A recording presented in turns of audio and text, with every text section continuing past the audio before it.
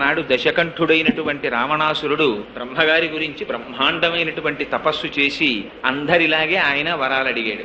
అందరికీ ఏం కోరికుంటుందో అంత తపస్సు చేసి 10 తలకాయలున్న రావణాసురుడికి అదే కోరికుంది. ఏమిటంటే ఈ శరీరంతో ఉండిపోవాలి. ఎవడుకుండదు ఈ కోరిక? అలా కుదరదయా అన్నాడు ఆయన. అంటే పోనీ అయితే కొంతమంది చేతిలో చచ్చిపోకుండా వరం ఇమ్మన్నాడు. సరే, ఎంతమంది చేతిలో చచ్చిపోకుండా కోరుకుంటున్నావో చెప్పమన్నాడు లిస్టు. ఇది ప్రతి పురాణంలోనూ జరిగే విషయమే. అంటే ఆయన పెద్ద లిస్టు ఒకటి చదివాడు. దేవతలు, దానవులు, యక్షులు, గంధర్వులు, కిన్నెరులు, కింపురుషులు వీళ్ళెవ్వరి చేతిలోనూ మరణించకూడదన్నాడు. కానీ ఆయన మనుష్యులను వదిలేశాడు. ఎందుకంటే ఒక తృణీకార భావం, ఇంతమంది చెయ్యలేని పని ఒక మనిషి ఏం చేస్తాడని. అందుకని నన్ను అసలు మనిషిని కోరుకోవడం ఎందుకు అనుకున్నాడు, వదిలేశాడు. ఆనాటి చులకన భావం అది. అసలు మనిషి అంటే లెక్కలోనికి రానిటువంటి రోజులు. అదిగో అట్లాంటి రోజులలో వచ్చినటువంటి అవతారం రామావతారం. దాని ప్రయోజనం రావణాసురుణ్ణి సంహరించడం. సంహరించేశాడు.